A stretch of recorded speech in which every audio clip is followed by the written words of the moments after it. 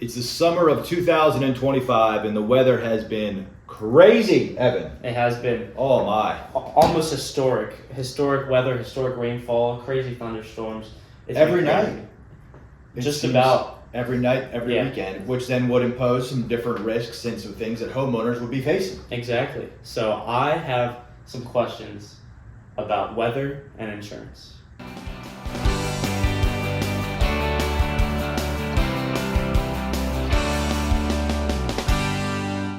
So the first question with this crazy weather in 2025 is the wind or the hail. The damage that would come with that onto a home is what's covered with that. Yeah, that's a great question. And unfortunately, we've not seen too much hail so far this year. Wind has been there, rain's been there, but hail is probably the biggest risk that you may face as a homeowner. And of course, the biggest risk that you would have with that is your roof. So roofs do not handle hail very well, and they a lot of times will then be damaged by that.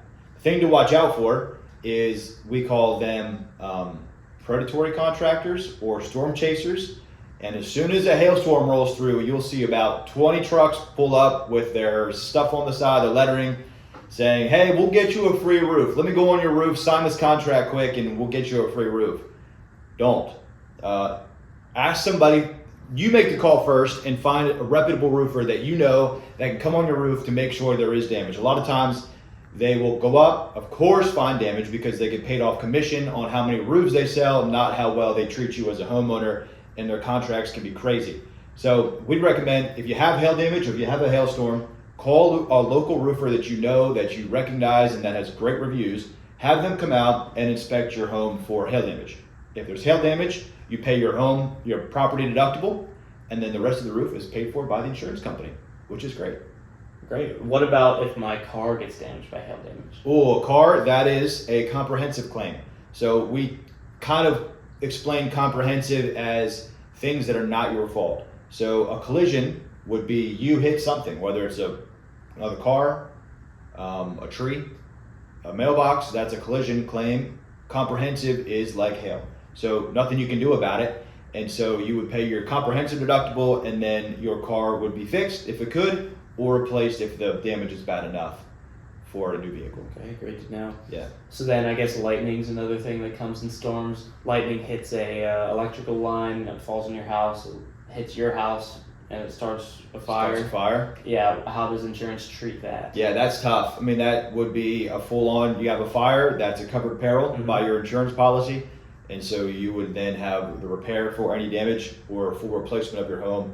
Hopefully not, but if it did get burned down because of lightning, which has happened this year, I think. There's been a few homes in Lancaster that have been struck by lightning and burned to the ground. And so that would be covered by your insurance policy. You pay your deductible, usually about $1,000 for most of our clients, and then we will help you rebuild your entire home from the ground up. Wow. All right, so then I guess the big pressing issue here is all this rainfall we've had. Sheesh. So flooding like crazy, especially here in Lancaster. So how does insurance cover that? What does insurance cover in flooding and in some damage to your house with some crazy rainfall? Yeah, this has been the hot topic here this past summer with unbelievable amounts of rain. And not just, it's like every night we get an inch of rain on this crazy thunderstorm that dumps an inch in half an hour. So home insurance policies do not cover for flood. No homeowner insurance policy, I should say most, do not cover for flood insurance or flooding to your home. If the water comes up through the basement, through your sump hole, your sump pump fails and it comes up, that's called backup of sewer and drain coverage that you could have on your insurance policy. You could buy that endorsement, and that could be a covered loss. If it comes down through the ceiling, like you have a burst pipe, that's also covered. But if it comes in through the walls, that is considered a flooding event and not covered by the majority of homeowners' policies. Erie Insurance does have an endorsement, it's called extended water, which is kind of like a quasi-flood policy. Most flood policies are done through the National Flood Insurance Program called the NFIP that is paid for by the government, and it's a separate policy. So if your home is in a flood zone and you have a mortgage on your home, they will most likely require you to have flood insurance. So if flooding comes in, you've got a flood policy, you've got coverage, you're good. But if you just have a standard homeowners policy, it's been crazy weather, you've never had a flood ever, but this year you might have, you may not be happy to find out that your homeowners policy does not cover flooding, unfortunately. Wow. And then I guess finally, if your home is damaged, would insurance pay for temporary living as you try to fix it or try to find a new place to live if your home's destroyed? Yeah, and that's a part of it. So people think of it's not a house policy, or it's actually called a homeowner's policy. So it's all the things that are encompassed with being a homeowner. And one of those things is it's a place where you live. So if you have a fire, for example, you get struck by lightning and your house burns down, you can't live there anymore. And so your insurance policy has provisions. A lot of them have a dollar amount. And so it'll say you have $100,000 to use for housing while your home is being rebuilt. Other policies, like we use Erie Insurance most of the time, and they have an amount of 12 or 24 months that they'll give you to rebuild your home. So your home's burned down.